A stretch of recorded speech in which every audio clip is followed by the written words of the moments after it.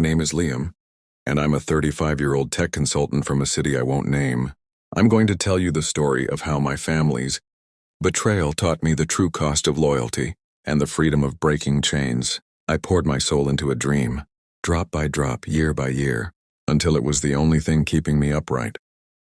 Then in one cruel twist, my family ripped it away and handed it to someone else. 5 years ago, I started funding my parents' bookstore in a small coastal town called Harborview. It wasn't my choice, but a necessity. My mom's vision was fading, her eyes too weak to manage the shop. My dad's heart condition meant he couldn't handle the long hours. I was 34, a tech consultant with a solid income, married to Elise, a graphic designer. We could manage, or so I thought. Every month I wired thousands to keep the bookstore's lights on. The one where I'd grown up stacking shelves, the one with the warped wooden floors and the smell of old paper. It wasn't just a shop. It was my anchor, my burden. But family, I learned, can blind you with love. I never asked why they didn't thank me or why their texts were always about my younger brother. Noah, his music gigs, his engagement, his charmed life. I was the older son, the steady one, the one who kept their legacy alive while Noah chased applause. Last spring, we arrived at Noah's engagement party in a cliffside vineyard, overlooking the Pacific. Elise carried a leather-bound journal, our $8,000 gift to him, a custom piece for his songwriting. We'd also paid for half the party's catering. The air was thick with salt and wildflowers, the tables glowing under string lights. I should have felt joy. But watching my parents fuss over Noah, my mom straightening his jacket, my dad grinning like he'd won the lottery, a bitter ache bloomed in my gut. They never looked at me like that at my own engagement. Never. The party was perfect. Noah, all charisma in a linen suit, stood beside his fiancée, Chloe, who sparkled like the ocean at dusk.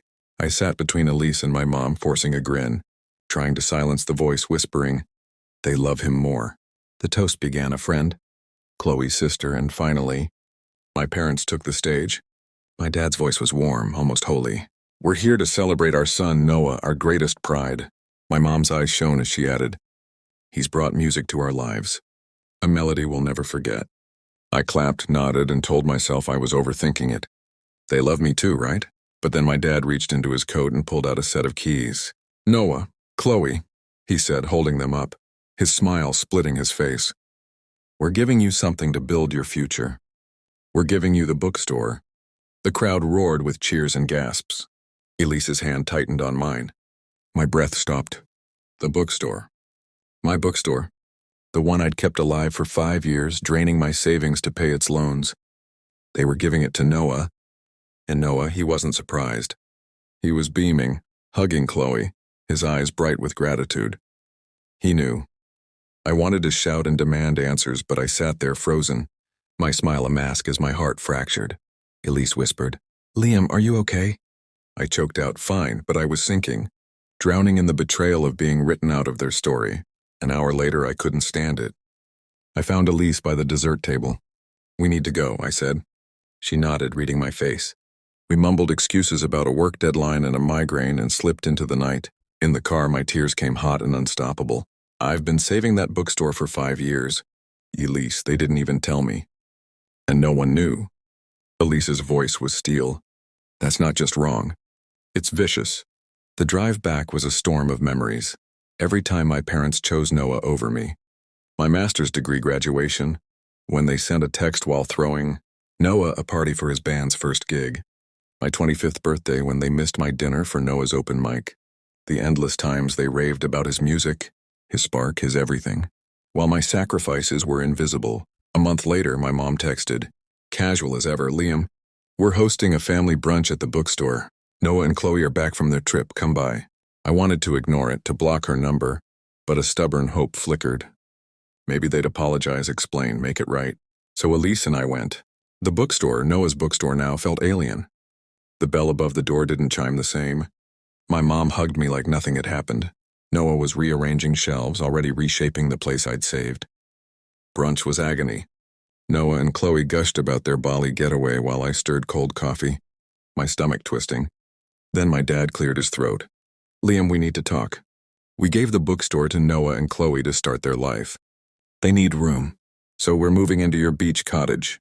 My mug hit the table with a thud. The beach cottage, my refuge, the one I bought with years of late-night coding, my escape from the city's grind. They'd stayed there a few times, sure, but it was mine. Let me get this straight, I said, my voice low and sharp. You gave Noah the bookstore I've been paying for without asking me. And now you think you can just take my cottage? My mom frowned. Be reasonable, Liam. Where else are we supposed to go? Noah piped up, his tone cutting. You hardly use it, Liam. Don't be so greedy. Greedy? The word burned. I turned to him, my voice rising. Greedy? I've been saving your bookstore for years, Noah. You knew they were giving it to you. Did you ever think to tell me? His eyes dropped to the floor. My dad's voice shook. How can you do this to us? We're your parents. And I'm your son, I roared, standing. You gave away a bookstore I paid for and planned to take my cottage. And you didn't even ask. You don't get to call me greedy. I've been saving your bookstore for years, Noah.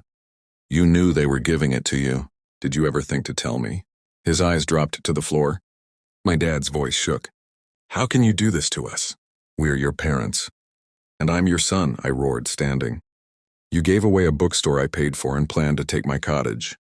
And you didn't even ask. You don't get to call me greedy. Silence swallowed the room. Noah muttered, You've always been jealous of me. I laughed, cold and jagged. Jealous? If you love Mom and Dad so much, why don't you let them stay here?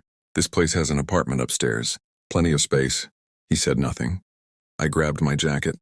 Elise, we're leaving. 3 weeks later, my phone lit up with a security alert from the beach cottage. Someone had used a spare key to enter. My heart sank. I checked the app. My parents were hauling boxes inside, claiming my home is theirs. I called the police. An hour later, an officer confirmed, They say they're your parents, sir. They had a key, but no permission. Elise and I drove to the cottage. There they were on the porch, surrounded by boxes, looking defeated.